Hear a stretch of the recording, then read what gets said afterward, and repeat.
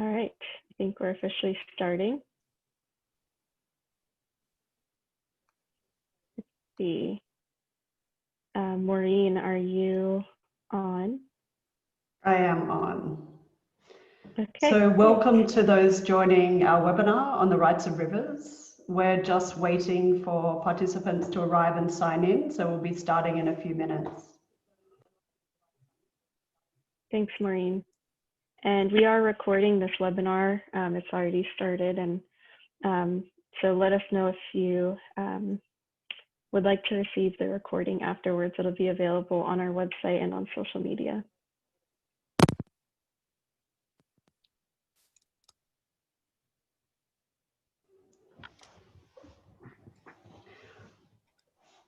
Elena, can you have Margaret reassign me, because it's not working with my computer. I'm gonna have to log back in with my iPad, so I'm gonna do that now. Okay, let me tell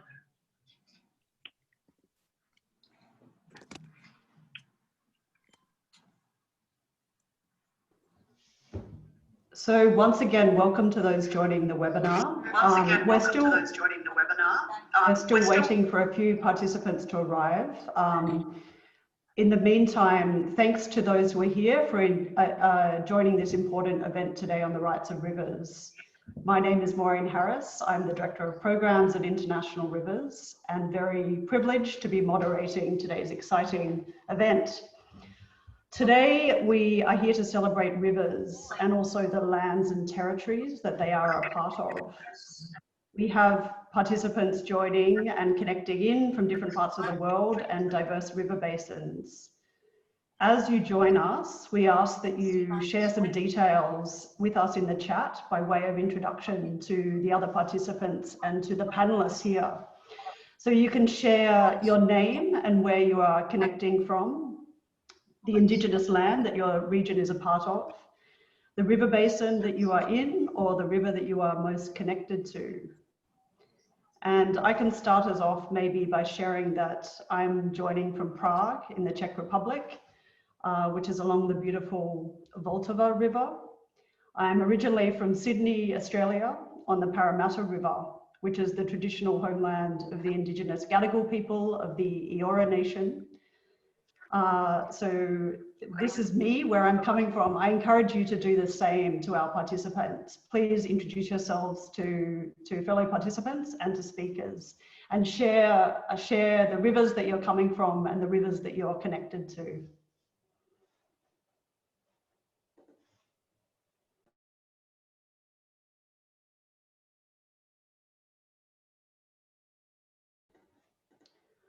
So also, before we formally begin the webinar, just a few things to mention so that today's program can run as smoothly as possible. We have Spanish and English translation available through a separate Zoom channel. The Zoom channel is located on the bottom right-hand corner of your Zoom window. So you'll see a round icon for interpretation. Click on this icon, you can select the channel for either Spanish or English to listen to the translation. Most of the webinar will be conducted in English, but one of our panelists will present in Spanish. Please to all keep your microphone muted during the event, and for presenters, also please mute your microphone when you're not speaking. And we will have a dedicated Q&A session after the speakers have made their presentations. So we ask that participants to add your questions directly into the chat box. And you can add your questions during the presentation and we'll address them during the Q&A session. So I think we're ready to formally kick off. As mentioned, my name is Maureen Harris. I'm the Director of Programs at International Rivers, and I'll be moderating our event today. International Rivers is a human rights and environmental organization working globally to protect river systems and the rights of communities that depend on them.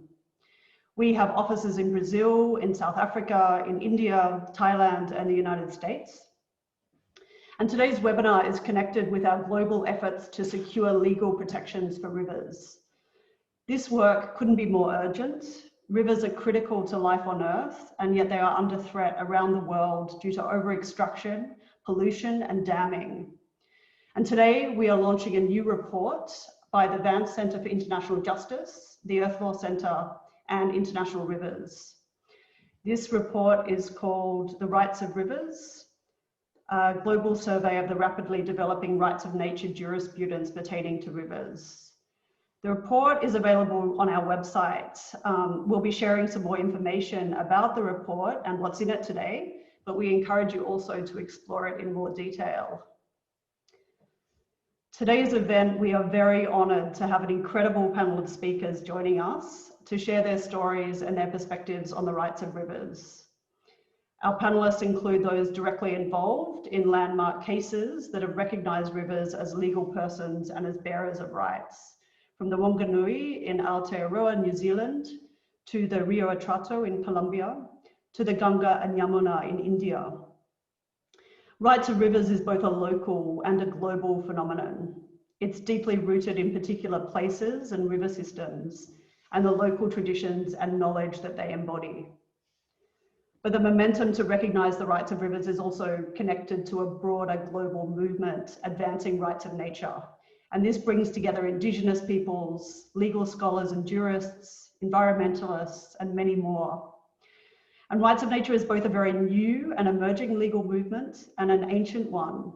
It owes much to Indigenous systems of knowledge and legal traditions and their understandings of ecosystems as living entities.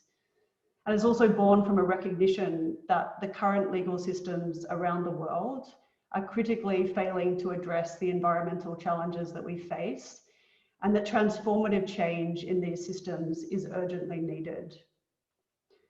Our speakers with us today will talk about how the rights of rivers have been recognised and protected through stories of sovereignty, guardianship, and judicial action, and what steps can be taken to further advance and secure these rights. So I'm pleased to invite our first speaker, who will provide some opening comments to today's webinar and also introduce the Universal Declaration on the Rights of Rivers, my colleague Monty Aguirre. Monty works with International Rivers Latin America program and globally to support local movements for the protection of rivers and community rights. Her work focuses in particular on developing strategies for the permanent legal protection of rivers around the world. Thank you, and over to you, Monty.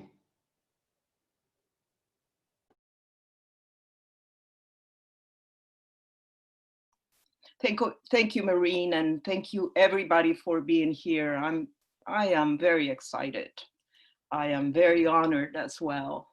And I'm Monty Aguirre. I was born by the banks of the Magdalena River with flooding and big fish, catfish, and swimming, and ceiba trees, just beautiful. That's in Colombia. I am now here in Pomo Indigenous Peoples land in California, United States. It's a beautiful day here today. The fires have subsided a bit. And talking about fires, we are in an environmental crisis. And in addition to other crises that are connected to the degradation of the natural system, we have a crisis that it's most pronounced in freshwater ecosystems, like Maureen was saying. Animal populations in these ecosystems have decreased by 83% since 1970. That's impressive. That is worrisome. And as you know, rivers are our life force, vital to our health, well-being, and sustenance. And their health, the health of rivers, really essential to stop the climate crisis. And they face multiple threats. There's some that you probably have seen, clogged by garbage, contaminated by agricultural runoff, industrial waste. Still others that are continue to be dammed, diverting, decimating fish stocks and the communities that depend on them, suffering from all of this. And this is why a growing global movement has emerged, and how lucky we are about you know, what indigenous people have done, which is, you know, indigenous people have always told us about the importance to protect nature and that we are the guardians, and we haven't listened to that, and now we are starting to do so. So this movement is emerging to guarantee the fundamental rights of nature and the rights of rivers in particular. By recognizing that rivers had a fundamental rights, we can better guarantee their protections. We can begin to change the legal paradigms that allow our rivers, our most vital and sacred natural resources, to be exploited for the benefit of a few at the expense of the many. I really, in particular, and as International Rivers, would like to really thank Grant Wilson, who's president of this seminar, who with his team at the Earth Law Center prepared a first draft of the Universal Declaration of the Rights of Rivers. And I think that's being shown now. And in this declaration, and I want to say that this declaration, as of now, has about 100, I've lost count now, 100 organizations have signed on to it from all parts of the world. And we really invite you to also take a read, think about it, and sign on to this. And I'll talk about what to do with it later. And many organizations also were invited to make comments to the declaration. So it's been a long process, but we're sure that right now we have the right concept, the right language, and the best intention to work with this, all for the protection of rivers, which also means protection of rights of peoples. And in this declaration, when you take a read, some of the things that are in there, it declares that rivers are living entities that possess legal standing in a court of law, establishes that all rivers shall possess at a minimum the following fundamental rights: the right to flow, the right to perform essential functions within its ecosystem, the right to be free from pollution, the right to feed and be fed by sustainable aquifers, the right to native biodiversity, and the right to regeneration and restoration.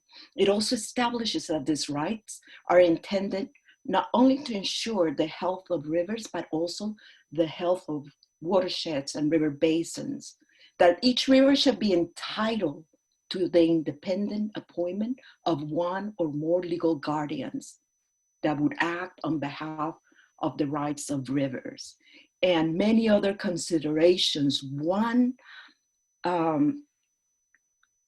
thing that we kind of battled with a lot was how to protect rivers, to ensure protection of rivers from dams. And I really would like you to pay attention to paragraph 9, in which we have some language that we want, saying that we want to work towards protection of rivers from dams and diversion, but ensuring that, at least for now, on projects that are ongoing and that are pretty much on the pipeline, and let's say that we can't stop them, that the full, free, prior, and informed consent of indigenous peoples and other impacted communities, including marginalized communities, are taken into account, that their not only consultation, but their consent is granted for these projects. And we would really like to invite you to read it, to sign it, with the idea of working to get it adopted at the municipal level, at the state level, at the national level, and also let's work together to get it perhaps at the UN platform so that it can be adopted globally as well. So please contact us at International Rivers or Grant at the Earth Law Center for this. Thank you very much for being here. Quite excited. Thank you. Thank you, Monty, for sharing that and sharing about the urgency of this issue and also this really exciting and timely initiative with the Universal Declaration on the Rights of Rivers. And we really encourage everyone here, if you haven't already, please sign on and please share widely amongst your networks. So I'd like to welcome our next speaker, Sam, who is Sam Bookman. Sam is a fellow in pro bono practice at the Vhat Center for International Justice, where he supports the Human Rights and Access to Justice program and the Environment program. Sam holds a Master of Laws from Harvard Law School and was a recipient of the prestigious Kaufman Public Service Venture Fellowship. Sam is a New Zealand qualified lawyer and previously practiced as a judge's clerk and barrister. And Sam is also the lead author of our new report on the rights of rivers, which he'll be sharing with us. Over to you, Sam.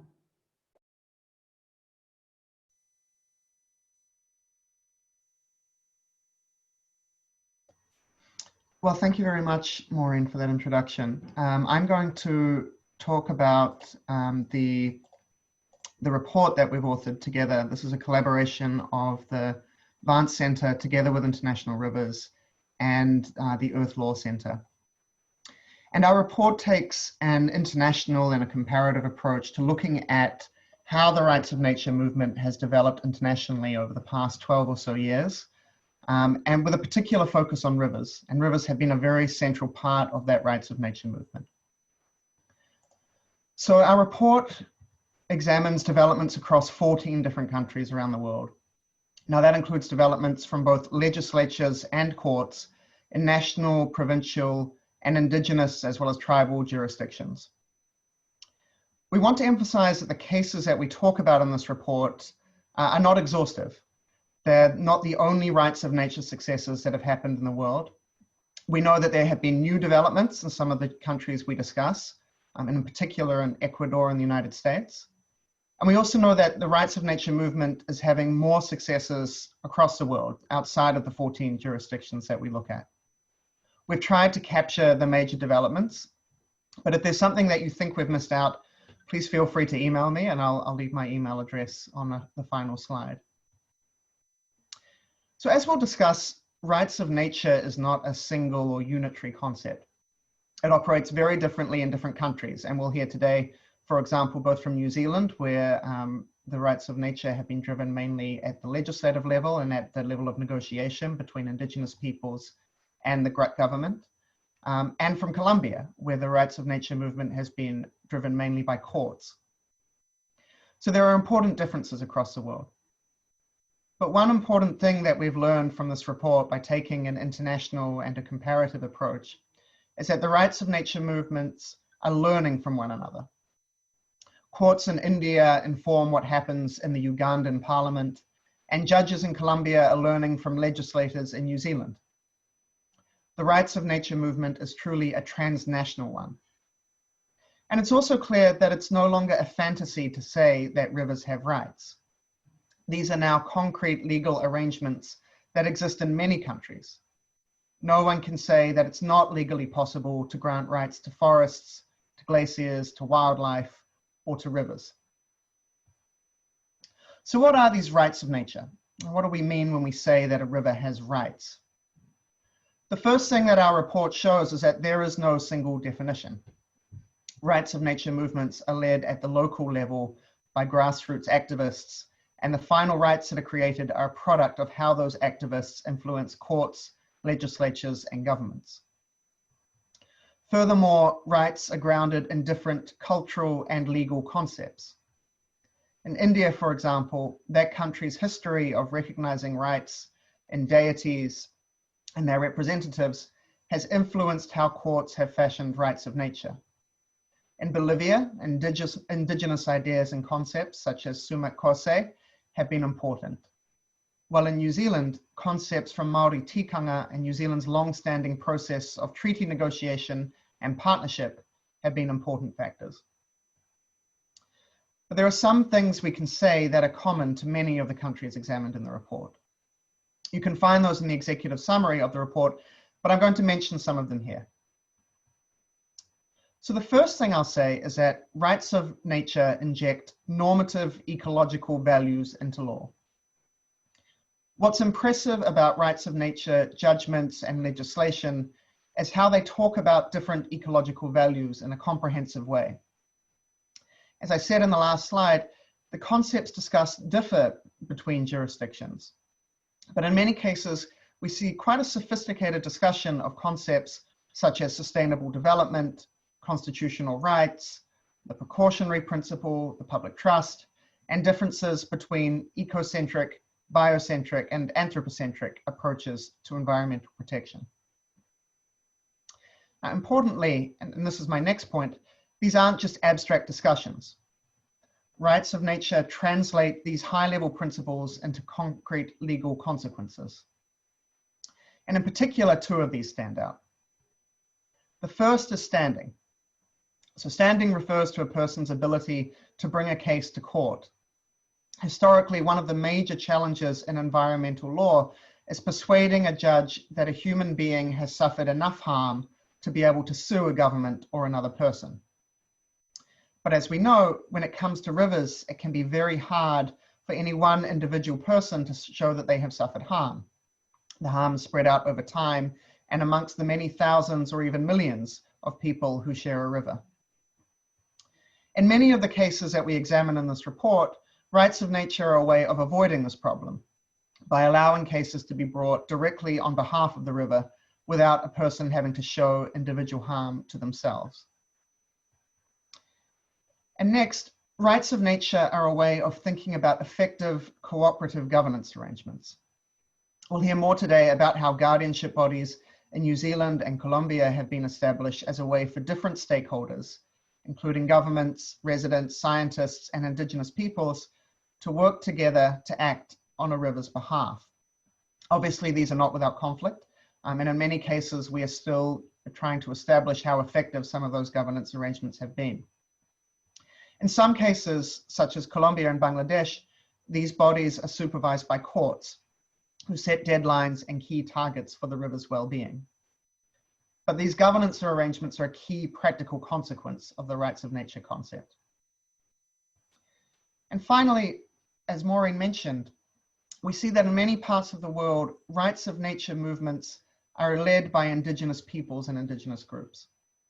In Ecuador, for example, the country's constitution was amended to recognize rights of nature largely as a result of intensive activism by indigenous groups. In Australia, indigenous peoples are working hard to have their worldview recognized by state and national laws. While in the United States, where many Native American tribes can pass their own legislation, we are seeing more and more formal recognition of nature's rights. Indigenous groups have also been leaders in Bolivia, Colombia, and in Aotearoa, New Zealand. Rights of nature offer a powerful example of the need to recognize indigenous leadership and also to recognize cultural plurality in our legal systems. This is just a brief overview of some of our findings. If you'd like more information, we encourage you to read our report. It's available on the website of International Rivers or on the link that you see there. You can also keep up with what's going on in the world of rights of nature by checking out the United Nations Harmony with Nature database, where people from all over the world are constantly posting updates. Finally, as I said before, our report is not exhaustive. There's so much going on in the rights of nature movement that we couldn't possibly keep track or keep current for very long. If there's something important that we've left out, we'd love to hear from you, and you can email me at that address. So with that, I'll hand back over to Maureen to introduce some of the wonderful speakers who will be discussing particular case studies from around the world.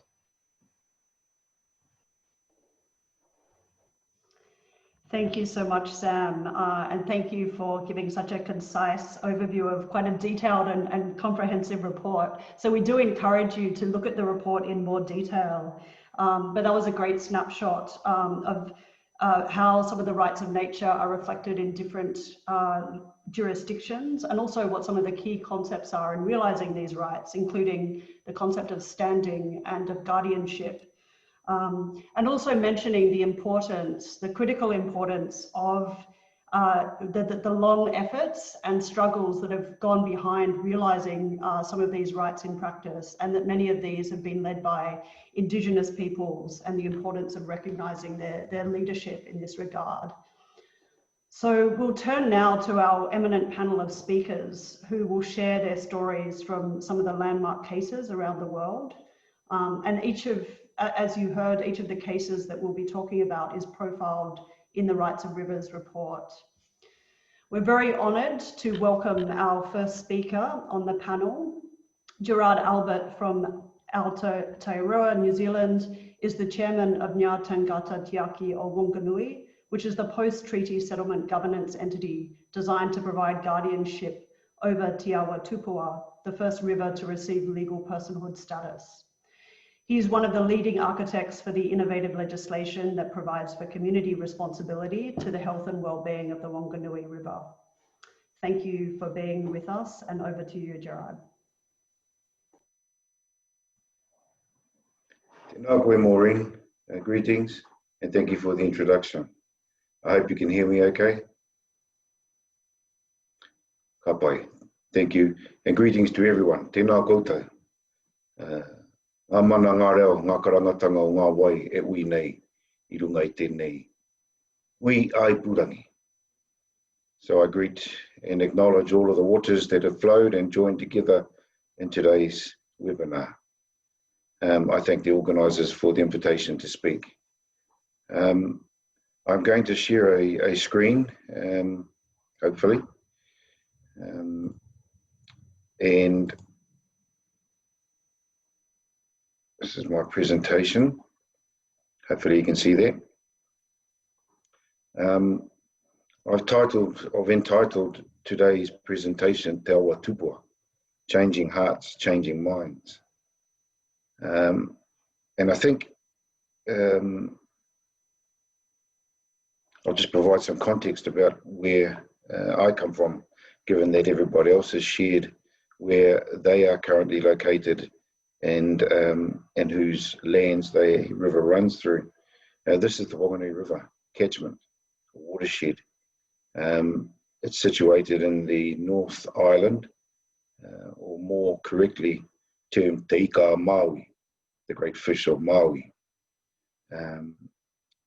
which is one of the two main islands in Aotearoa, New Zealand. The river is 290 kilometres long.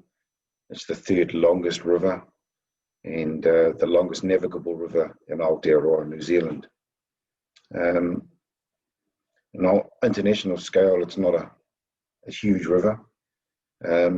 8,000 square kilometres of land flow into the tributaries and the main stem of the river.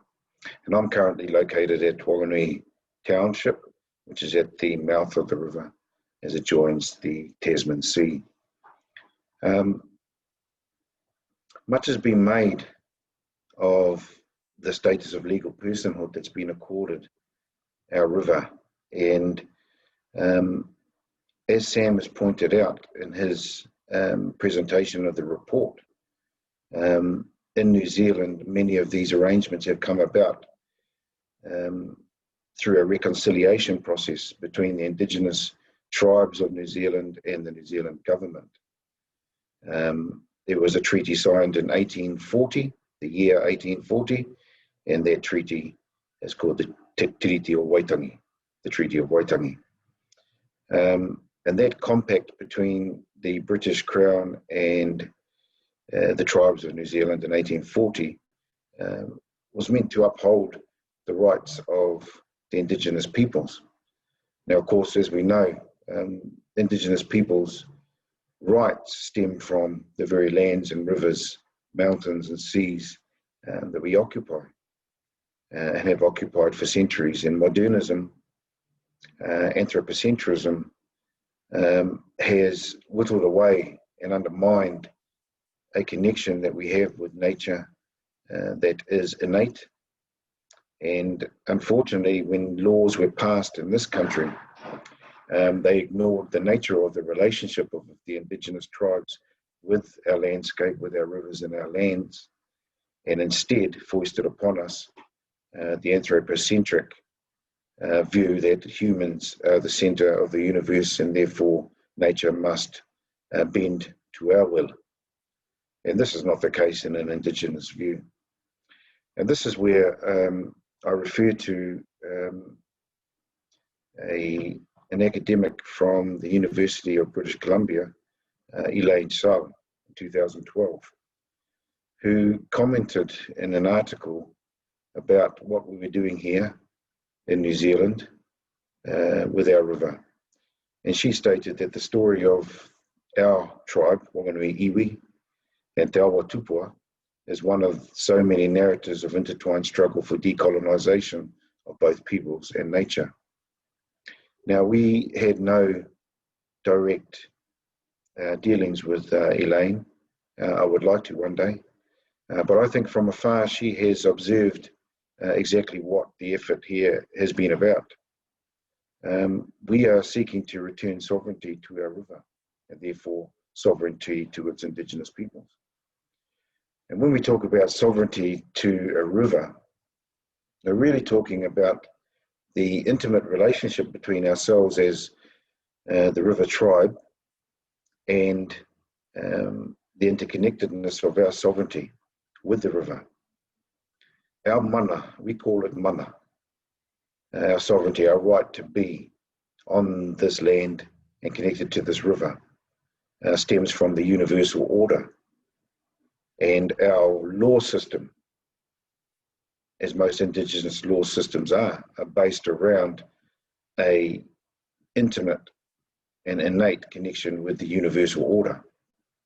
So our genealogy as people, we trace from the very heavens above, the earth below, and that then results in an intimate relationship with the river and the lands itself.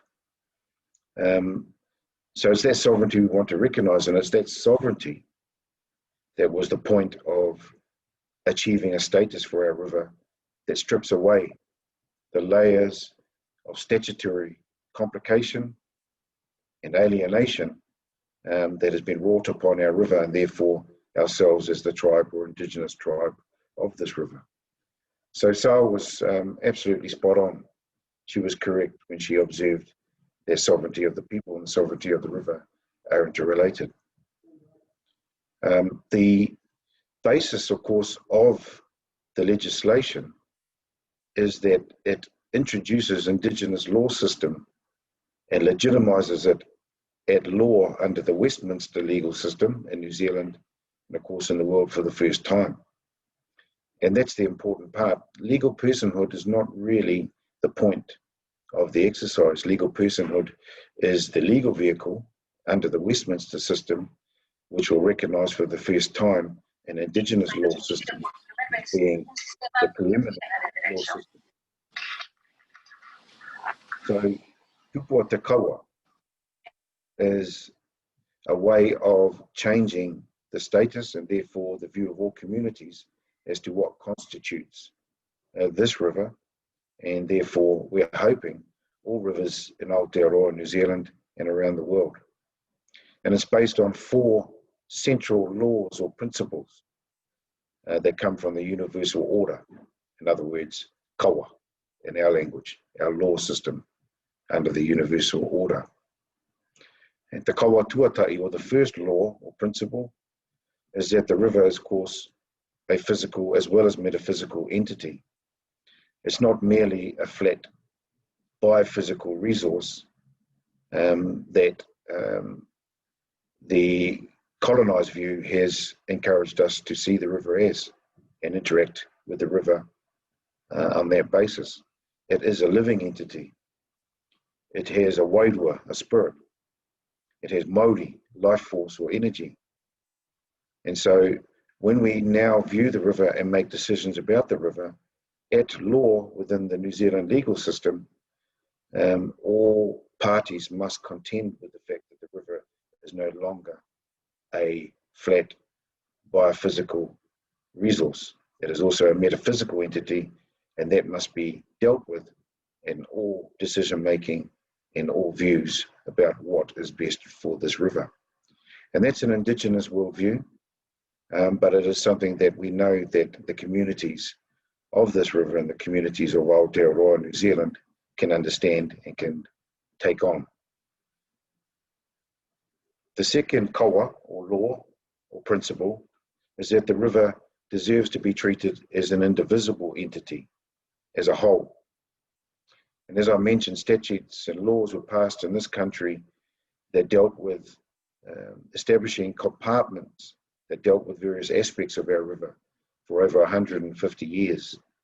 And what that has done is encouraged a view that is, as I say, anthropocentric, that is based on human rights, broken up into manageable governance and management rights that then obfuscate or complicate the picture of seeing the river as a living being in its whole and fullest sense. So we are now establishing that the river has to be treated as a whole rather than through its compartments. So all government agencies, all community groups, all non-governmental agencies have to view the river and deal with it as a whole, not as just parts of the river that they may well have been given responsibility for under statute. The third kawa or law or principle is that the indigenous tribes of the river, the hapu and the iwi, have an axiomatic place within the river's scheme. Again, the laws of this country and the way in which the Treaty of Waitangi from 1840 has been ignored and limited over 150 plus years has meant that our relationship with the river has been downplayed. And in settling this claim with the government of New Zealand and establishing that we are axiomatically part of this river's landscape, that we don't have to be programmed by the government, we don't have to have a status conferred on us, but we just are a part of this river in terms of our axiomatic relationship with the river. We are a given in the river's makeup. We share genealogy under that physical or metaphysical or spiritual bond with the river, and therefore there should be no argument about our place in the river and what its care, use, and development should be based on. And that's an important part of this because Indigenous rights have been ignored around the world, and that is why rivers have been used and exhausted, as has been pointed out earlier, to the state that our rivers now are in around the world. The fourth kawa or law that is at the nub of the change of status for this river is that there is a community obligation to Te Awa Tupua, to this new status. And that means that no one can essentially have an out clause from being part of this river's scheme. So it's not just an Indigenous worldview that the Indigenous peoples will take on. It is something that the community is obligated to uptake and to uphold in all their actions. And so, as you see, the whole point of this exercise is to establish the Indigenous law system, modernized and applied to the context that we have today in 2020.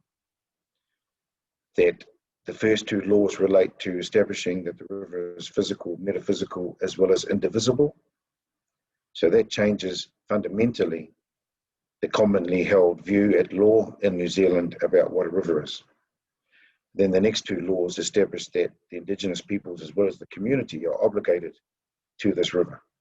The Indigenous peoples by genealogy, whakapapa in our language, to the river, and the rest of the communities by obligation under the law to uphold this new status. And I just want to finish on this basis. This is a picture on the right of myself and my son. I give credit to National Geographic magazine for this photograph. And the picture on the left is a picture from the late 1800s, around about between 1895 and 1900. The little girl in the photo sitting on the lap of the older woman is my grandmother. Her name is Te Paia. And this is their life was the river. They grew up and they depended on the river for their well-being. You will see an eel net or eel basket in the foreground of the picture. The dog is standing on it. And this was my grandmother's life. She imparted to myself and others of my family and tribe a way of life that is not beyond us if we work hard. And the status that we've been able to achieve with our river to ensure that an Indigenous worldview is one that is upheld in New Zealand law will take us back. We must believe that we have the ability as humans, as communities, to work back and work under a law system that may well be Indigenous, but at its heart is universal. And the whole point about what we've been able to establish with regard to the Awa Tupua legislation is that all communities are able to understand and work with the status. And if we didn't believe that was possible, we wouldn't have walked through the door with this legislation and committed to it with the New Zealand government. It will take work, but the challenge is there for the country to work with us, to work under an Indigenous law system, to achieve a view of a river and to work on a common law that works for the river first, so that we may all share in what the river can provide for us. So Kati, I'll end my little presentation now and hand back to you, Maureen. Thank you so much, Gerrard, for such powerful words and an incredible story on the Whanganui, and important to for our discussion in terms of thinking of the rights of nature and the rights of rivers as a process of decolonization, and the connectedness of the sovereignty of a river system to the sovereignty of a people. And also your guidance, I think, to take forward for the rest of the discussion in thinking about and demonstrating the ways that the recognition of Indigenous laws, in this case, can help right the unbalance, I guess, of the anthropocentric view towards a more earth-centric view going forward. So thank you for sharing that. And I'll move now to our next speaker. We're very privileged to have with us Judge Jorge Iván Palacio, who is a Colombian jurist from the Autonomous University of Medellin, with a Master of Laws from the University of Arboleda. He served as a judge of the Colombian Constitutional Court from 2009 to 2017. His extensive legal career spans more than 40 years of public service as a judge in local jurisdictions and as an associate justice at the Colombian Supreme Court, and in independent legal practice dedicated to issues of labor, social security, constitutional rights, and the environment. He has participated in many international legal and academic conferences, including at the United Nations and the International Labour Organization.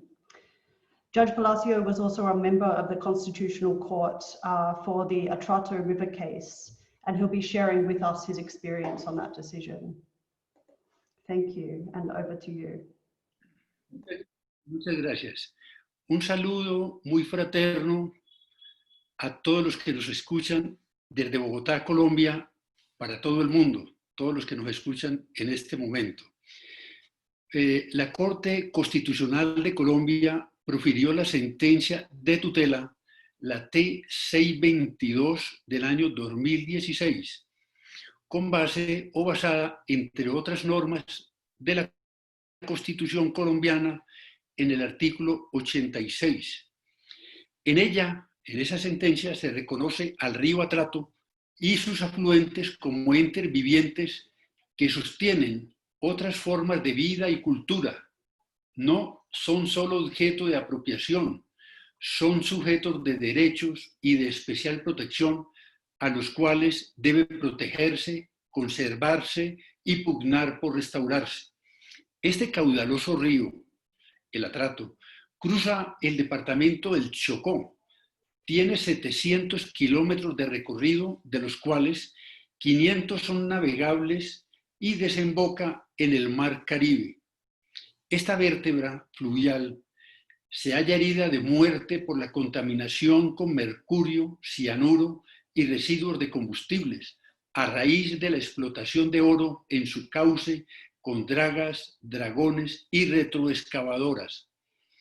La Defensoría del Pueblo de Colombia reportó en el año 2014 la muerte de 34 niños de indígenas en Vhat cativos por el consumo de aguas contaminadas.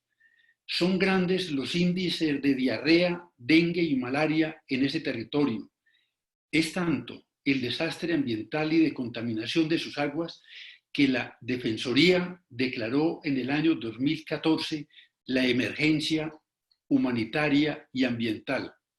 A lo anterior, hay que sumarle la deforestación, la explotación de sus selvas y el implacable conflicto armado que sufre Colombia. Hacen que esa zona geográfica viva en permanente zozobra, llevando la peor parte los niños, niñas, las personas de la tercera edad, afros e indígenas, que son la mayoría de los habitantes asentados allí. El río Atrato le servía a las comunidades para sacar el agua y hacer los alimentos, lavar los utensilios de cocina, para el aseo, y era, en resumen, el alma y vida de todas las gentes que viven en su recorrido y que a su alrededor han construido su memoria. El Chocó es el departamento más pobre de Colombia. Sus habitantes son alrededor de 500.000, el 87% de su población son afros, el 9% indígenas y el 3% mestizos. La mitad de su población vive en la pobreza extrema. Además, cuenta con el indicador más bajo en calidad de vida de Colombia. Las autoridades nacionales y territoriales poco se han interesado por sacar adelante a esa región de la miseria, a pesar de ser una de las zonas más ricas y de más biodiversidad del planeta Tierra. Las comunidades, ante tanta injusticia y dejadez por parte del Estado colombiano, se organizaron para proteger su río, el Atrato, y por intermedio de una ONG, Centro de Estudios para la Justicia Social Tierra Digna, presentaron la acción de tutela contra la Presidencia de la República de Colombia, los departamentos administrativos de Prosperidad Social y Planeación, los departamentos de Antioquia y Chocó y los municipios ribereños de dicho río. Pretendían, con esta acción de tutela, que el juez constitucional protegiera los derechos fundamentales a la vida, a la salud, al agua potable, a la seguridad alimentaria, al medio ambiente sano, a la cultura y al territorio de las comunidades étnicas. Cada uno de los anteriores puntos fueron desarrollados prolijamente en la sentencia, así como el aspecto jurídico. La providencia se concedió en favor de los demandantes, buscándole poner fin a la grave situación humanitaria y ambiental del Chocó. Por ello, se consideró al río Atrato como una entidad sujeta de derechos y ordenó su protección, restauración, conservación y mantenimiento. En síntesis, se profirieron una serie de medidas de choque a largo, mediano y corto plazo para salvar al río Atrato, al departamento del Chocó, a Colombia y al planeta. En ella se emitieron varias órdenes, designándose como tutores al presidente de Colombia, quien delegó en su ministro del Medio Ambiente, y a las comunidades accionantes. El fallo obligó a los gobiernos central y territorial para que tomen decisiones a fin de remediar tan devastadora acción de la minería ilegal. La Procuraduría General de la Nación ha realizado una encomiable labor. Con la decisión, las propias comunidades afectadas se han apropiado enormemente de su río y de sus afluentes, tomando conciencia que no solo el ser humano cuenta con derechos. Por ello, para poder cambiar, no se puede seguir haciendo lo mismo. La sentencia ha sido ampliamente divulgada en el plano colombiano e internacional. Se ha estudiado en múltiples escenarios académicos y tribunales de todo el mundo. Además, cuenta con el alcance de Leading Case, creadora de línea. Este precedente de esta sentencia proferida por la Corte Constitucional de Colombia ha servido para que otros jueces de nuestro país y de otras latitudes profieran fallos con la misma idea de reconocer derechos. Entre ellos, el caso de habeas corpus para un oso, el oso Chucho, que lo profirió esa decisión la Sala Civil de la Corte Suprema de Justicia. El reconocimiento a la Amazonía como sujeto de derechos, también de la Sala Civil de la Corte Suprema de Justicia. El páramo de Pisba por explotación carbonífera, es una sentencia de agosto del año 2018 del Tribunal Administrativo de Boyacá, que es un departamento de Colombia. El río Cauca, sentencia del 17 de junio de 2019, proferida por el Tribunal Superior de Medellín en su sala civil. El río Magdalena, del 24 de octubre de 2019, del Juzgado Primero Penal de Conocimiento de Neiva, Huila. El río Quindío, del 5 de octubre de 2019, del Tribunal Administrativo del Quindío. Los ríos Coello, Conveima y Cocora, del 30 de mayo de 2019, del Tribunal Administrativo del Departamento del Tolima. El Parque Nacional Natural Los Nevados, declarado como sujetos de derechos el 28 de agosto de 2020, del Tribunal Superior de Ibagué en su sala laboral.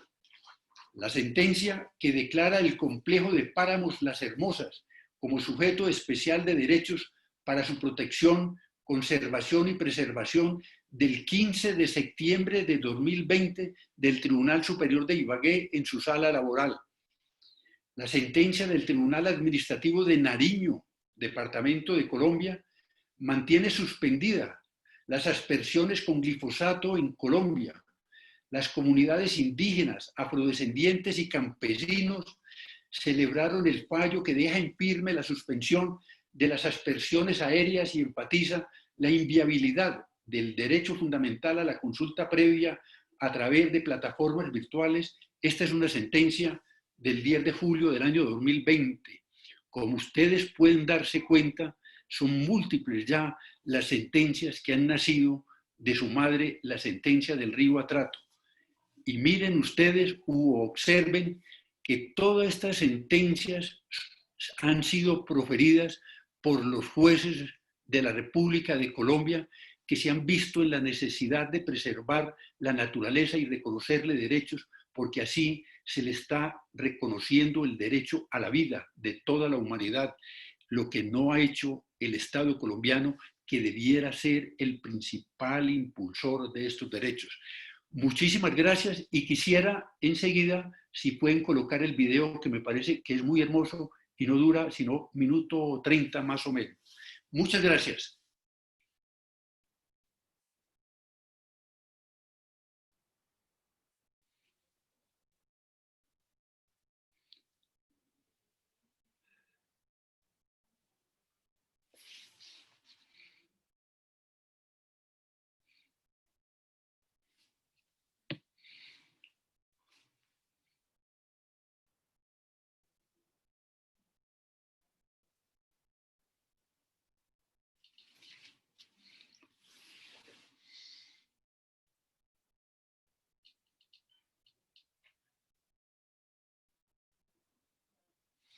No tiene sonido. Laura, we're not hearing the sound.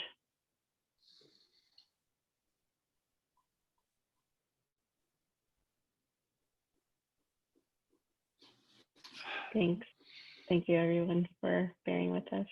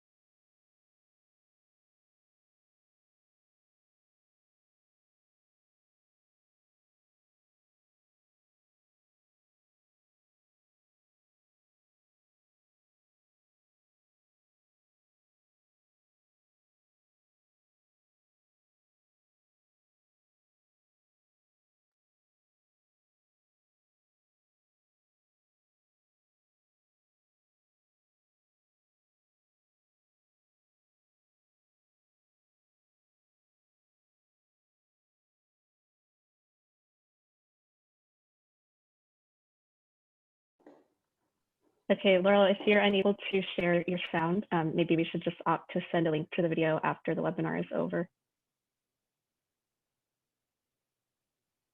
So we can go on to our next speaker. Thank you, Margaret and Laurel. I hope we can share the video afterwards. I watched it before and it's a really beautiful video. Thank you so much, Judge Palacio, for sharing the story of the Atrato River and the case, including, explaining the situation of the river and the pressures it's under and its importance in the lives of Indigenous and local communities. And this has been such an important case, both in Colombia and globally, in breaking the ground for further cases to follow. So I'm sure there will be more questions, and encourage participants to please put your questions in the chat box that we can ask our panelists to address shortly. So our next speaker, I'd like to introduce Felipe Clavijo-Ospina. He's a constitutional lawyer and a professor of ethics and constitutional theory at the National University of Colombia. He's a former advisor of the Inspector Attorney General's Office and a former law clerk at the Constitutional Court of Colombia, where he was directly involved in the Atrato River case and decision. So he'll be sharing some thoughts on its implications and importance. Over to you, Felipe. Okay, thank you all. I'm so delighted and honored to be here and to be preceded by some important actors and researchers and judges like Jorge Iván, a quien mando un saludo. Thank you for beginning with the presentation. I think that is a slide more than about images, because I will tell you a story about Jorge Iván has also explained the nature of the declaration of the Atrato River as a subject of rights, but I want to state some points in two moments. In the first, I have to speak about our country, where there's no respect for law, like Colombia. The ruling of the Atrato River in some way is a constitutional experiment. It's rara avis, if you want to, perhaps a revolution. In this decision, the Constitutional Court of Colombia granted rights to a river that, according to the inhabitants, African, Colombian, and indigenous communities, is one with them as a part of a complex system of relationships, tradition, and ideas. For that reason, when the community sued the Colombian state for the development of illegal and criminal extractive activities, mainly gold mining and deforestation, they just wanted to protect a way of life and also the rights to life, health, to culture, and to environment. Not explicitly the river in the first instance, but before we go further with the ruling, I think it will be so important to say some things about the Atrato River. The Atrato River is located in Colombia's most forgotten region of Chocó, running along the Pacific coast of Colombia.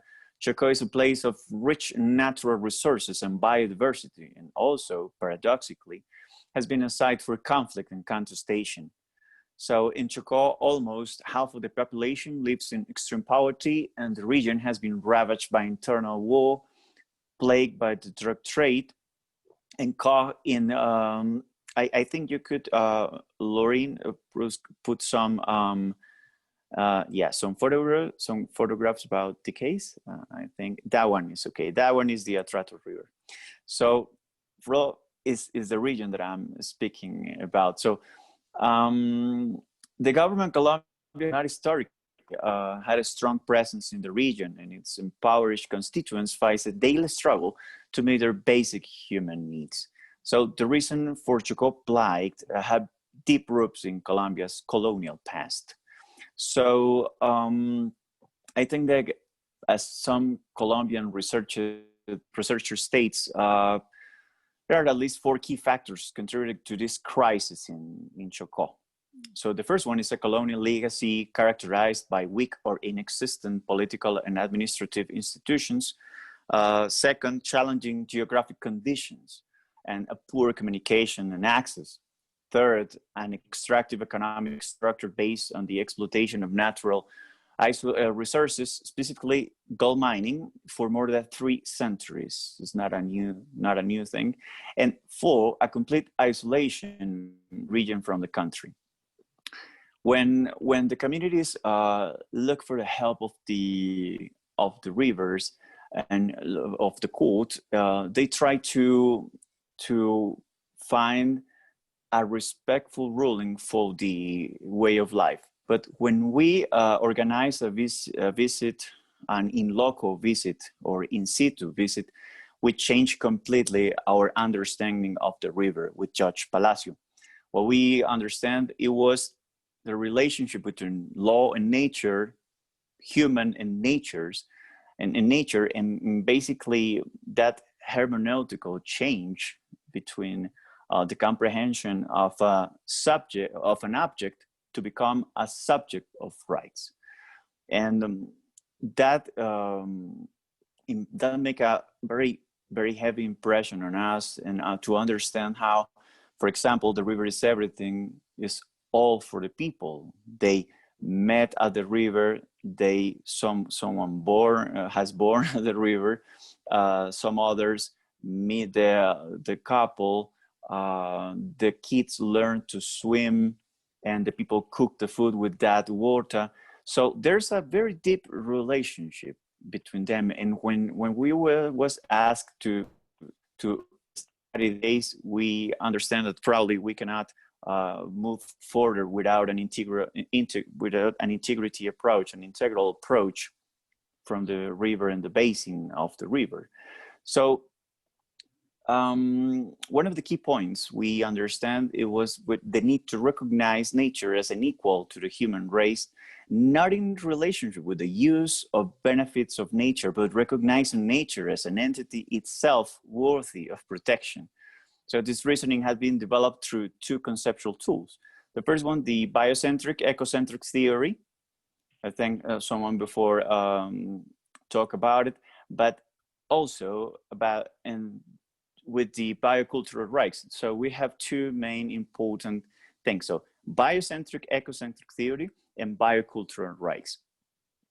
Then we understand a very basic thing, that human race and nature as members of the same planetary system or ecosystem must deserve the same protection under law. So the legal personality model, it was designed by the Romans in the ancient Rome, thousands of years before our time. So, and it was used basically to protect things, money, and land. So why we cannot use that same tools from the law to protect a river? So, or living entities, not human living entities. So that was the reasoning that led us to bring us to protect the river. So when we understand this biocentric and ecocentric theory, we understand that probably our constitution, the 1991 constitution, is not completely designed to protect nature, but to protect environment. So we need to use that tools on the Colombian law to protect the river. And then we understand the biocultural rights concept. So according to that, we also recognize the possibility to go and probably think about the important relationship between humans and the river. And once you understand that relationship, you have to also make a special shift or theoretical shift, because you are considering the river as a subject when historically has been considered an object, even by the Bible and some ancient text from older cultures that give the man the whole sovereignty, the lands and the waters, and even women. It's something that you cannot understand as as our times develop. But that interpretation, it was very important in Western law, in wide Western law, that we are trying to go beyond.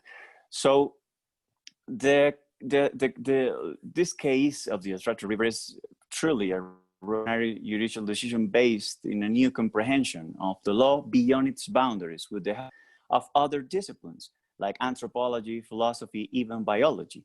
The heart of the ruling is the consideration of that social reality is the origin of law and not otherwise, which means that the law is dynamic and is a social product. The ruling is conceived to be dynamic and dialogical to allow changes in its implementation process with authorities and ethnic communities. One example is the stand of the communities get to defend the river against any threat, and the collective election of the guardians, for example. The system designed to protect the river is divided in three parts: a special surveillance committee, the Guardians Committee, that has, of course, influence of the New Zealand model, and a panel of experts always in dialogue with the communities. This special system that we call the Special Surveillance Committee was influenced also by a decision of the Supreme Court of India in a very important case of food security. And in 2001, they chose some experts from a very different backgrounds to monitoring and evaluate to the government of India if they are properly implementing that orders in that system. In the second moment, I want to talk about the rights revolution for nature that this kind of rulings are posing for us. As Jorge Iván said before, the Atrato case inspired another judges' decisions in the country. So now we have a special opportunity for us and for nature and for communities to understand better the relationships. That image shows us how is the destruction that Jorge Iván was talking about. That is a special branch of the river, but the river has 18 branches. So there's a lot of possibilities to help, but we need to change in regions and in fields that are different from law. There are territorial approaches, cultural approaches. In what I call that this rights changing is a rights revolution, is because the rights of nature represent a revolution in the way we understand law and rights. Also, nature has historically been understood simply as a resource to exploit.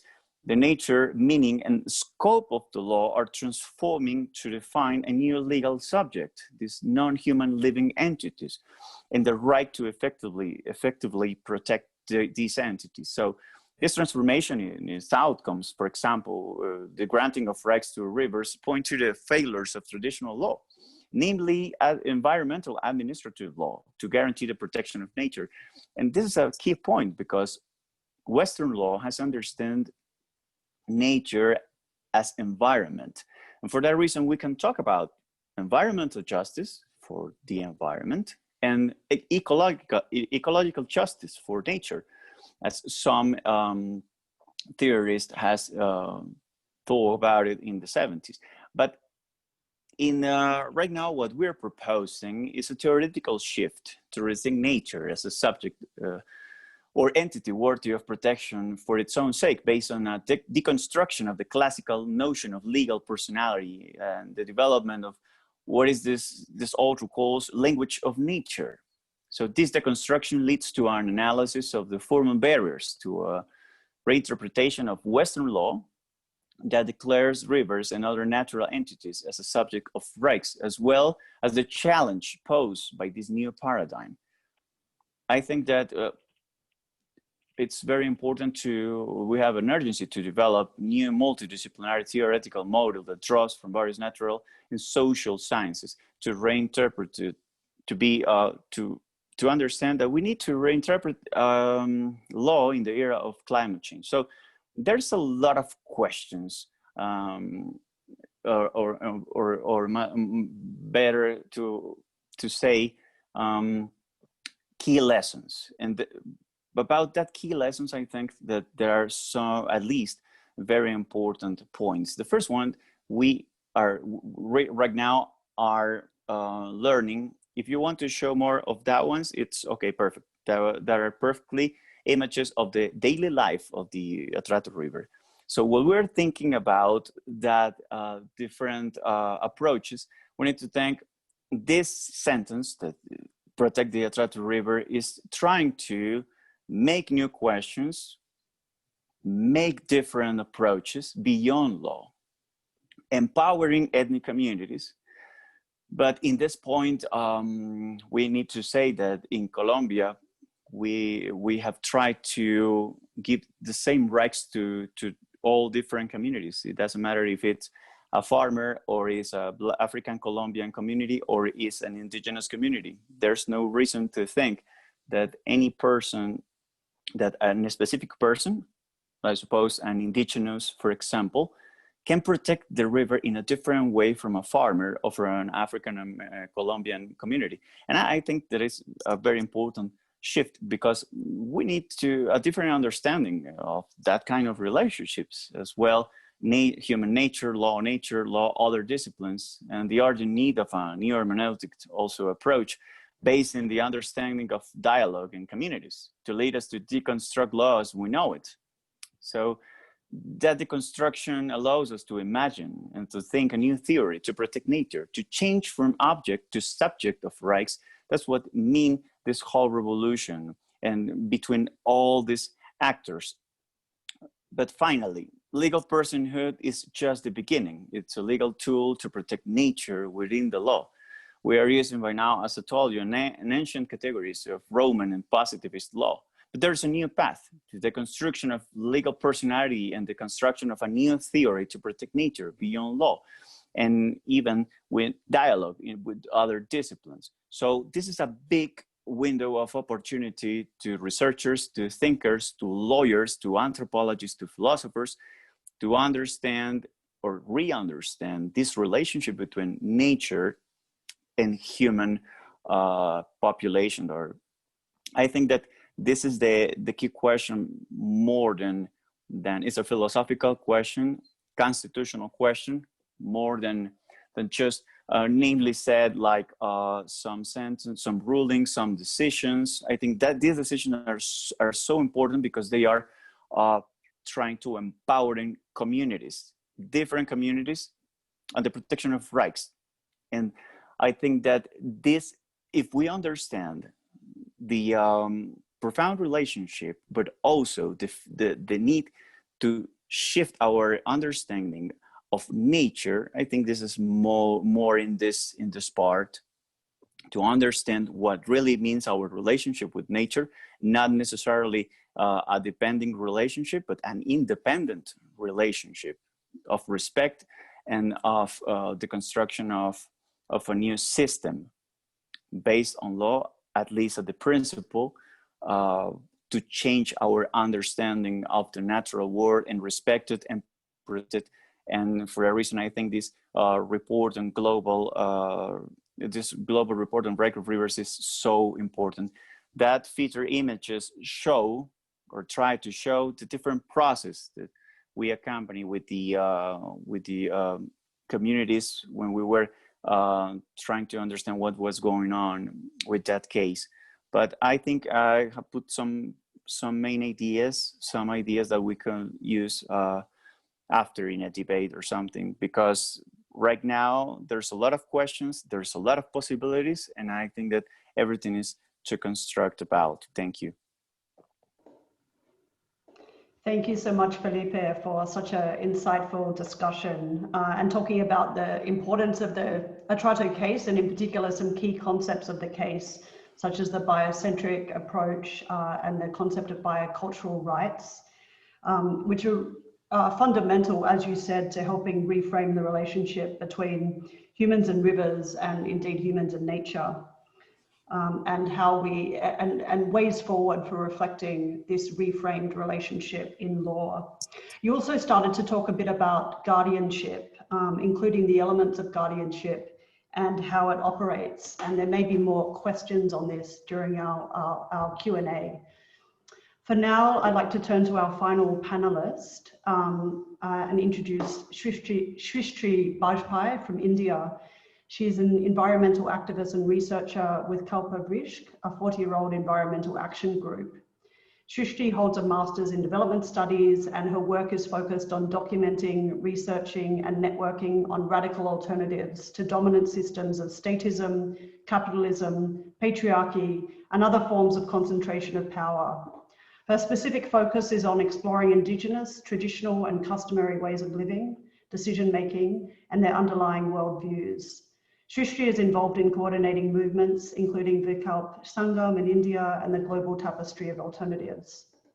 Shrishtee has been researching and developing the rights of nature movement in South Asia with a particular focus on rivers.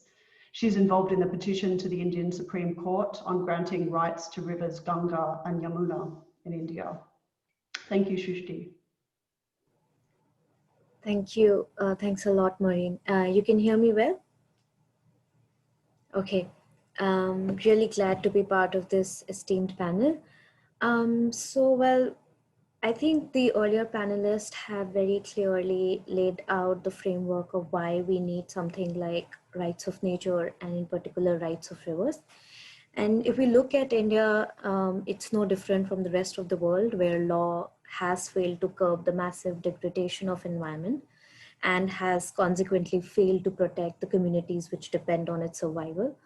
And in fact, it has been increasingly used as means to sanction environmental degradation, which includes permits to mass deforestations, damming of rivers, displacement of indigenous communities and nature-dependent communities, and in fact, resulting in legislations pertaining to environmental clearances, acting nothing more than a convenient facade.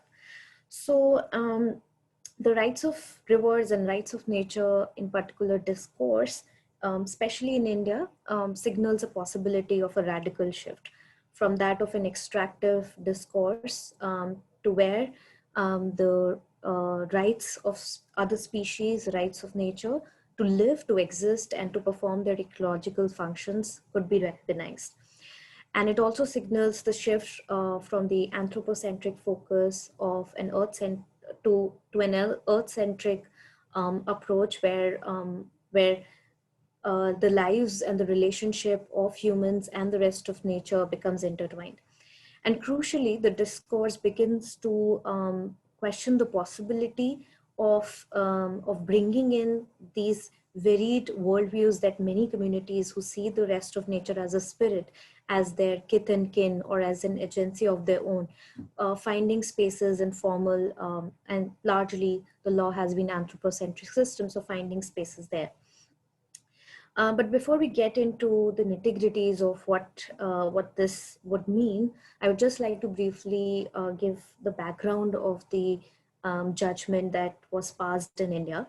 So one of the high courts of a North Indian state in India, Uttarakhand, passed a judgment on March 2017, giving the Indian rivers, Ganga and Yamuna, their tributaries and their glaciers, from where they originate, the catchment feeding these rivers, having rights as that of a legal person or a living entity. The same court in 2018 passed a judgment saying that the entire animal kingdom has the rights equivalent to that of a living person. And as recently as March 2020, another high court has passed a judgment declaring Sukna Lake in one of the cities in Chandigarh as living entity and also having rights equivalent to that of a living person. Now, these are some of the judgments that have come about in India, which signal sort of a shift in the current discourse that we have in the kind of policies, environment-related policies we have, and also generally the environment and environmental governance. And these kind of signal that shift. And importantly, why this was a very important judgment in context of environmental governance in India, because it was talking about something that has very rarely spoken about, which is environment having its right to exist and persist and maintain and sustain or regenerate itself. Court also said that that rivers are scientifically and biologically living. We have not seen such ecocentric or recognizing that the rivers have a right to exist ever before in any of the judgments. There have been some sporadic judgments here and there, but largely they have not been at the center of law and the judges thinking about nature. But I would like to focus more on some of the questions and some of the opportunities and some of the issues that these judgments raised for us. One is that these judgments actually did not define the river. So for example, it did not get into the concept of what is a river. The court said that the river has rights, but Ganga is a huge river. It also has its forest. It also has endangered species that live inside it. It also has dependent communities, but the judgment did not get into the nitty-gritties of defining the river. And in fact, what we see is that India doesn't even have a national river policy. It has a national water policy. And within the civil society also, there's lack of distinction between what rivers are and what water is. And so all of this gets submerged. And so that is what the clarity of the judgment is not there. It did not define clearly what are the river's rights and duties. So do species in the rivers have rights? Do the forests have rights? What will be those rights and what will be those duties? It doesn't speak about that. It doesn't specify the issues of implementation, which I think is very crucial, especially in context of cross-boundary rivers, because Ganga is a river that crosses many states in India and also, of course, goes to other countries, Bangladesh. So it doesn't really talk about what would it mean when a river is flowing through so many boundaries. What would a governance of a river like that, or many in general, what would be the governance of nature in that context? It doesn't specify the role of dependent communities. So if we look in contrast to the Whanganui River rights, where the rights of the local communities was taken into consideration and also being part of the guardianship, unlike that law, this judgment actually did not look at the role of the dependent communities. It did not look at the role of the guardianship, which is how can local communities be also part of the guardianship. I think one important part of the whole judgment was that it did not define the violations. And I think that is where the crux lies, which is what would we define as violations? So would obstruction or impediment be violation? Decommissioning of dams, so reestablishing, regenerating catchment areas, how we will undo those violations. The judgment doesn't get into any of those questions. It doesn't talk about what will be the form of compensation. So can compensation could be in form of decommissioning of dams or regenerating of catchment areas, or establishing ecological flows or restoring the ecological balances. It doesn't also talk about the rights of dependent communities. What importantly it just notes is the sacredness of river for one specific community. And in the political climate like we are currently living in India, this could get further complicated because there's so many communities relating to river in various different forms and not just in one particular way. And so how comprehensive can that relation with the rest of nature would be? The judgment doesn't look into those things. So these have been some of the critical issues. But why these issues are also opportunities is that some of these things have not been discussed even within the civil society, especially also in India. And also it opens up the opportunities of how we look at rivers and also rest of nature in terms of cross-boundary, trans-boundary issues, especially because we live in these conflict-driven regions, and how on ecological grounds there could be possibilities of actually having peace processes and collaborations on ecological grounds. And what emerged through that process was that if we can actually approach to the Supreme Court, because this judgment was challenged by the Uttarakhand government, saying that this is completely impossible to implement because there's so many issues of implementation, and also it would create a lot of local conflicts. And it emerged as a suggestion that why don't we approach the Supreme Court of India and actually resolve some of these contestations that have emerged, give certain ideas of how we can mitigate some of these contestations. But it was also felt that we need much larger consultations, not just at India level, but also at South Asian level. And so early this year, we had organized this dialogue with actually also International Rivers and Life, one of the other organizations, and Kalpavriksh, to try to bring together these many people who have been working on river issues and working on with the communities and their rights, and in general have been looking at the law as well. How do we all come together and think about some of these specific questions of how do we define river, what will be the implementation issues, what is actually legal personhood the right way to go about? Is that the only tool? Can we explore something else? And some interesting things emerged out of that dialogue. But importantly, what emerged out of that dialogue was a South Asian collective, which is basically to look at rivers in a much more broader way, and also expanding some of these definitions, working collectively at South Asian level, because there have also been interesting cases in Bangladesh, attempts in Nepal, and also Pakistan, of how this could be actually a point of collaboration between some of these countries. One important question, I think, which earlier panelists have also reflected on, is questioning some of the fundamentals, which is questioning the growth and development model, which should be at the heart of what we are doing. The political governance, which currently in India and also rest of South Asia has been kind of centralized, and that kind of political governance model cannot ensure a democratic custodianship. And so we have to question that governance model. The legal framework, which is still very limited and narrow to be actually able to provide the kind of change or the kind of visions that the communities have held for a very long time and still hold. And of course, we have to go beyond rights. Rights is just one opening to the kind of change we are looking for, and we have to go beyond rights.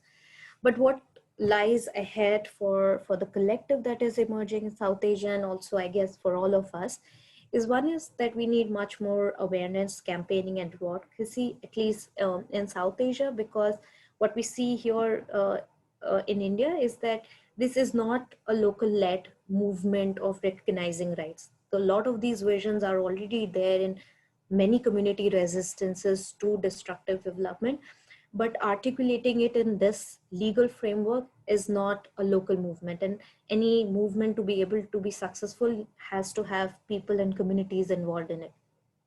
There's a lot of discussion needed also on potential legal and policy strategies that could be pursued to further rights of rivers in India, using international laws like Convention on Migratory Species or Ramsar Convention or Convention on Biodiversity that could supersede the national law that is in contravention or wherever there's a doubt. There's also a lot of work and in fact bridging of gap between what customary and traditional laws are to any such law on rights of rivers or rights of nature. It needs to be studied more, and it needs to be bridged as well. And then there's lots of groundwork on rights which is required, which could be through education, cultural, religious, media, and other such modes. And as I was hinting at, as reimagining the governance from ecological point of view. So can we think about eco-regions, bioregions? And now importantly, also supporting local processes of lake revival or river protection. So what is unique is that though there's lots of focus on one river, Ganga, because of course it's a huge river and it feeds millions of people. But what we understand is that for wherever a community is, wherever people are, and whichever river they are dependent on, that river is sacred for them, that is Ganga for them, and that is very important for them. So how can we support those local processes of river protection and lake revival? So some of these attempts are being made by the South Asian collective that has emerged. And as I guess one of the panelists was saying, that there's lots of opportunities that can be explored in terms of what we can do together, what we can do collectively, and what also we can learn from each other in terms of expanding and also furthering the rights of nature and rights of rivers. And also the communities who are dependent immediately on them. Thank you. Thank you so much, Shrishtee. That was a very useful presentation, I think, in terms of discussing sort of the flip side, outlining as you did some of the challenges that have been faced in the case in India, in the decision in India, and also issues around implementation and the limitations of the judgment in that regard. You also made some really useful comments, I think, on grounding us in the broader context, that it's not just, we're not just facing the challenge of legal frameworks, but also the broader political governance systems and development models that these legal systems form part of and serve. And some very exciting forward thinking in terms of the work that the South Asia Collective is doing in sharing concepts and tools for ways forward. And I think this is really the next step that we need to be thinking about in how do we build these networks to strengthen the campaign and the movement for ways forward. So thank you for those insights. We're going to move now to Q&A. We have had very rich presentations from panelists, so unfortunately we're a little short on time. So we're going to have about 15 minutes on Q&A, and then we're going to move to our final speaker, Grant Wilson, who's going to provide some concluding comments on the discussion today. So thank you very much for the questions. We've received a few of them. We will try and cover as many as we can. One question that was an initial question that was presented earlier in the chat is to Jorge, and asking him if he could share a little bit more about his personal experience arriving to the historic decision on the Atrato case. How did you come to this decision? What was your personal experience there?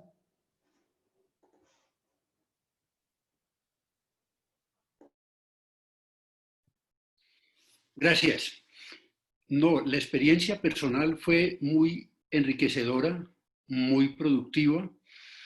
De siempre he tenido un espíritu en defensa de la naturaleza, en defensa de los derechos de los animales y en defensa de las minorías étnicas, que en Colombia son bastantes.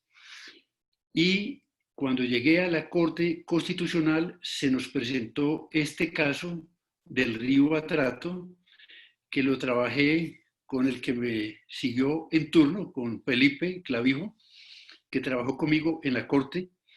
Le pusimos todo el empeño, viajamos varias veces al Chocó a conversar con las comunidades, lo que se llama inspección ocular, inspección judicial, y de ahí salió la sentencia con un enfoque ecocéntrico, dejando de lado el antropocentrismo, y fue muy enriquecedor, fue muy criticada en un comienzo, pero todo le ha ido dando la vuelta y se han ido dando cuenta los contradictores que en últimas tenemos la razón o teníamos la razón en esta sentencia, que es bastante extensa, son más de 160 páginas. Para el que la quiera leer está en inglés, en las redes sociales, está en inglés, es muy amena, muy agradable, se habla Chocó, sino de Pacífico, más de 1.450 kilómetros de recorrido, y es más o menos la misma problemática que se ve en el Chocó, de pobreza, de miseria, de dejadez por parte del Estado, y eso nos movió a ayudarle a colaborar a estas minorías afros e indígenas. Gracias.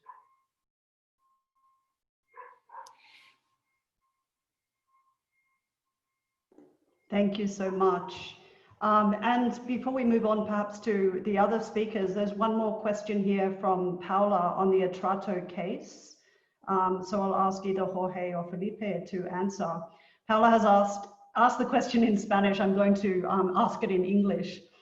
So how has the process been with the indigenous populations and their organizations since the Atrato River case? Has the mining decreased as a result of the case?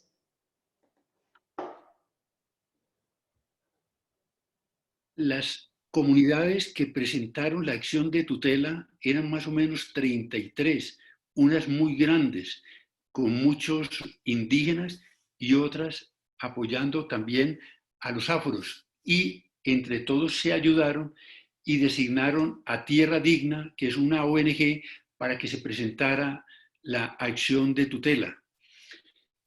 Ha habido implementación por parte del Estado colombiano, no tan rápido como uno quisiera que avanzara, pero sí se ha hecho algo. La Corte Constitucional, en últimas, es la que le ha hecho el seguimiento a esta sentencia, teniendo como paradigma el caso de India, no solamente en derechos de la naturaleza, sino en otros casos, por ejemplo, de salud. La Procuraduría General de la Nación le ha hecho también un seguimiento, el Ministerio del Medio Ambiente y muchas organizaciones internacionales, porque volver a restaurar el río Atrato y los afluentes cuesta mucho dinero, y a raíz de esta pandemia que viene sufriendo todo el mundo, el dinero está escaso, pero se viene haciendo ese trabajo. Sobre todo las comunidades se han empoderado mucho de su río, ya lo defienden. Hay obras de teatro. Se ha movilizado la población del Chocó en defensa de su río. Gracias. Can I say something? Shortly. Yes, please go ahead. Thank you. No, basically, Jorge Iván expressed a very, very important point. And the other is that the transformation in this case is mainly cultural. I think the process, this process is a very difficult process because law or a ruling cannot change a historical situation that in the Chocó region has been like for 300 years. I mean the culture, the tradition of the gold mining, not this specifically destructive for the last 20 years. But she was asking about if the mining is increasing or decreasing. I think that at this moment is decreasing a little bit. I think it's a process of years. It won't be changing so fast. But as he says, as Jorge says, I am working with the Inspector Attorney General, who is one of the authorities in charge of the surveillance of the fulfillment of these orders, and we can see progresses. But we can take a solution so fast in the time. 2-3 years is still few time. Sure, it's a short time. I think we need to reconstruct the river, to change the culture, the education, and that whole process will take at least decades. But the most important thing is this first step that we made through the ruling of the Atrato River. Thank you. Thank you to you both. We have a question from Christina to Gerrard. How do we rationalize or uphold the rights of nature in constitutional systems that regard themselves as secular and separate from religious and indigenous spiritual influence? And conversely, in Christian constructs where man is deemed to dominate nature and see it as a resource for exploitation? A question for Gerrard. Thank you. And thank you for that question. I understand the dilemma that people will have within different jurisdictions. I think the way to do it is to promote, as we did, Indigenous rights. And I think that comes through with the examples that we've heard other than the Whanganui River today. And that doesn't have to be religious. You know, spiritualism isn't religious. It is a way of relating to the world. And as I say, the strength of Indigenous position is that we place ourselves within the natural scheme, and that's not a religious construct. It's a human construct, and what we did was relate our view in a very human way, and related it to examples that were relatable to the community at large, who didn't share our spiritual and cultural values or views. So that's one way you can do it. And as I say, I mean, different jurisdictions will have different perspectives on what is or isn't relevant in any conversation. So I hope that helps. Thank you, Gerrard. The next question is to the panel. So I might ask which panelists would like to answer. Maybe you, Gerrard, if you have a response. But from Davina asked, could the panelists talk a bit about whether granting rights to nature in their examples also coincided with the state legally revoking state ownership? How was this articulated, and how did the negotiations around this go?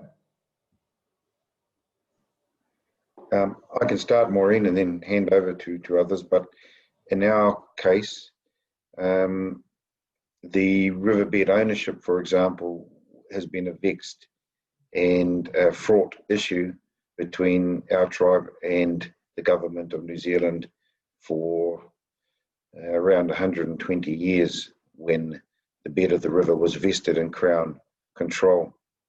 There are other statutes that place the river in various ways in Crown control. Again, what we did was go with the perspective that in our negotiations that in sharing our law system with the rest of the community, everyone can share in this participatory and obligation model. It's not about handing rights back to an Indigenous group. It's about, as I said in my presentation, about establishing the sovereignty of our tribe through the sovereignty of the river. And because all communities can share in the sovereignty of the river, it therefore was less of a vexed and fraught negotiation, because the government could understand that it was sharing with communities rather than taking away. And of course, the government exists to represent all communities, and so they saw the benefits that would come to the community as well. Thank you so much for that response. I might move to the next question, since we're running very short of time, and pose again a question for the panel, but I might pose this one to Shrishtee first. So what happens, the question is from Catalina, sorry, what happens to the protection of human rights when the rights of rivers and nature are recognized?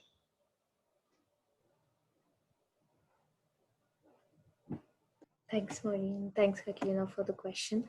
I think for India's specific case, we see that was not in consideration of the judgment of what happens to the rights of the local communities. And that's what the civil society and people who have been working with the nature dependent communities or with on river issues have been actually trying to focus upon.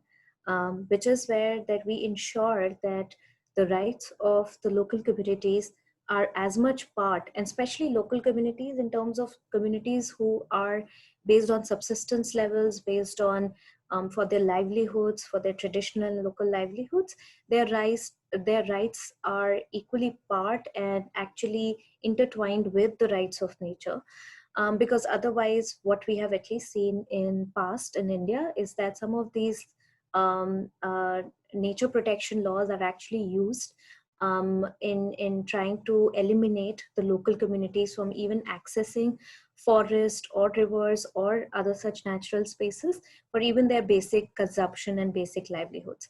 So any such movement that is developing, it has to make sure that the rights of the local communities is as much part of rights of nature. And that's what we want to focus towards and are focusing at while we are also thinking about rights of rivers and nature here. Thank you so much, Shrishtee. And thank you to all of our speakers. We have many other fascinating questions, which could make for hours of discussion, I think, but unfortunately, we won't have time in this webinar. I hope we can continue the conversation.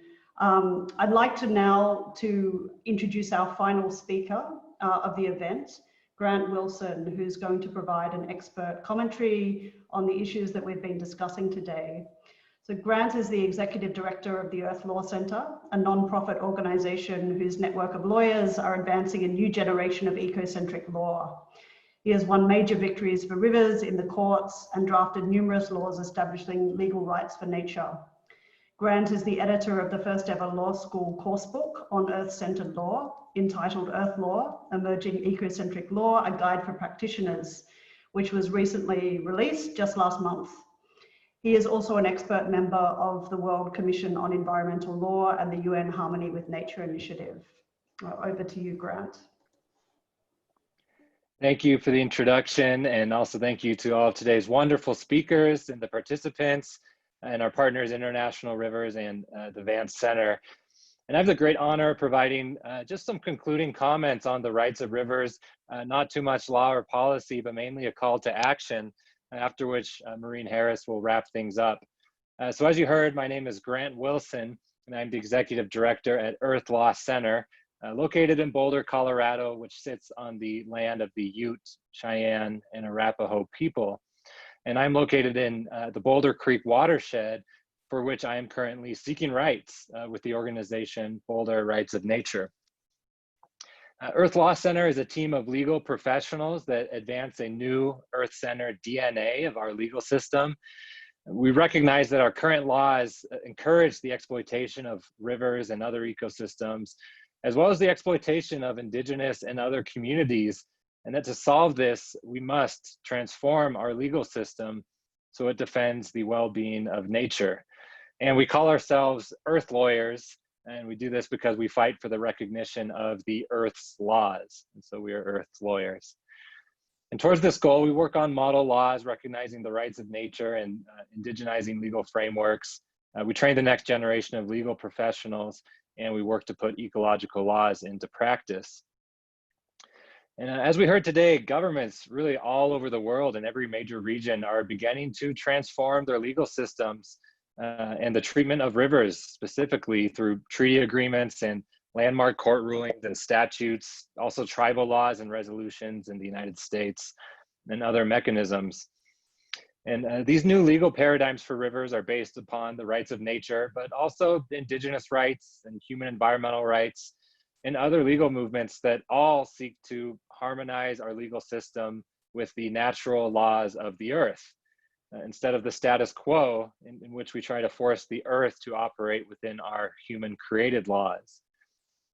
I think today's presenters, they all demonstrated how legal professionals worldwide are boldly seeking justice for the planet based on this truth that we are all part of a larger community of life, and that that community of life deserves a voice and justice under the law. And the law is written by us, the people, at least in its current state. And so there's nothing to stop us, the people, from making this new earth-centered legal paradigm a reality. And this really is urgent.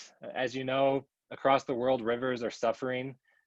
Threats to rivers such as dams, water pollution, and so forth, are for the most part not only legal, but actually encouraged by our legal system, because the law treats nature as a commodity and financially rewards those who exploit ecosystems with money, with capital, to the very extent that is legally allowable under the law.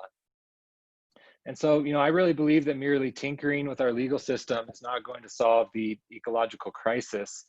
We really need a revolution of the law, or rather a rewilding of the law in order to save nature. And it's not just me and NGOs anymore who think this. It's the international community as well, governments. There's a 2019 UN mega report on biodiversity loss that says, efforts to protect species are not sufficient. And this report calls repeatedly, 21 different times, for, quote, transformative change to protect humans and nature. And then just last month, in 2020, the Leaders' Pledge for Nature came out, signed by more than 60 heads of state and government, and said again, and I quote, transformative change is needed. And together in this moment of great environmental calamity, we must fight not only what the law is, but what the law ought to be. And we urgently need what those governments said, transformative change of the law. And today's speakers are amongst those brave leaders worldwide who are creating a new DNA of the legal system that is transformative and protects Mother Earth and her sacred rivers. And this global movement towards the rights of nature is what inspired a coalition of NGOs, scientists, and indigenous leaders, and others to write the Universal Declaration of the Rights of Rivers, which, as you heard, describes the basic rights to which all rivers should be entitled based on science and policy needs. And thanks for putting the screenshot up there. And while the declaration was the product of a discrete group of people, it really is open source for all to use. It's a gift to the planet and its many defenders. And so please use the declaration as well as the accompanying Rights of Rivers report as your own in whatever way supports your work. It's our hope that the declaration inspires a new generation of earth lawyers and politicians and advocates to challenge the status quo of inadequate river protection, to challenge the onslaught of dams large and small and diversions, collapsing fish populations and other ecocides, to halt the pollution of rivers that nourish us, and to restore fragmented river ecosystems to health.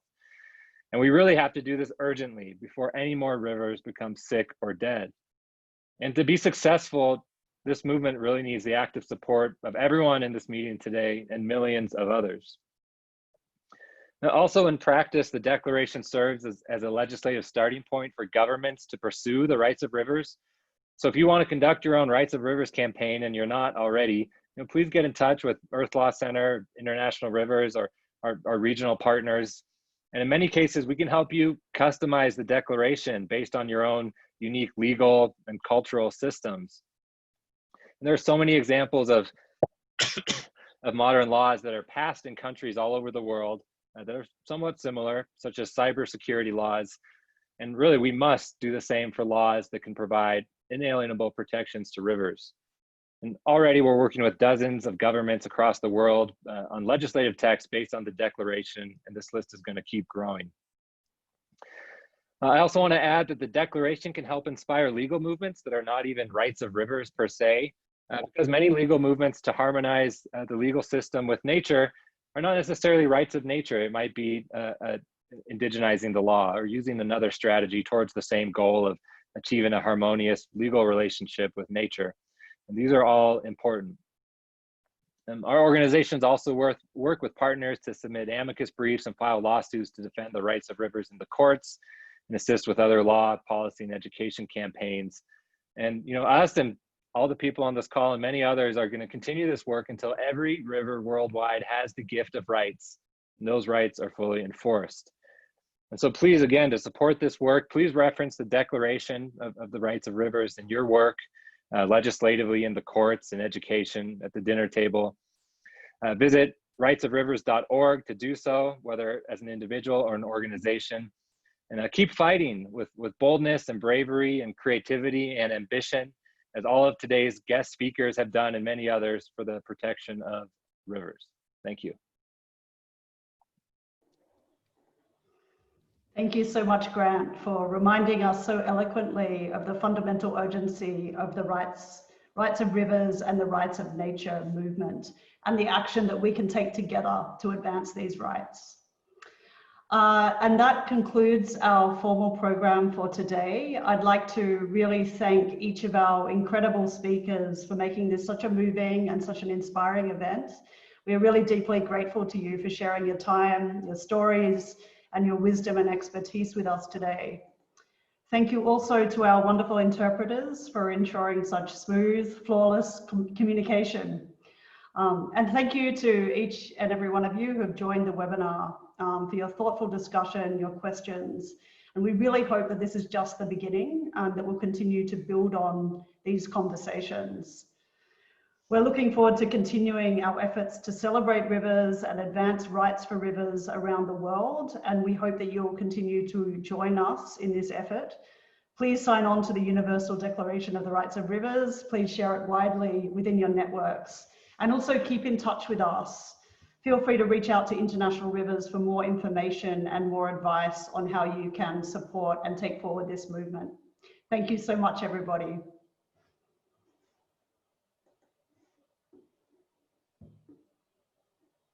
Thank you and goodbye.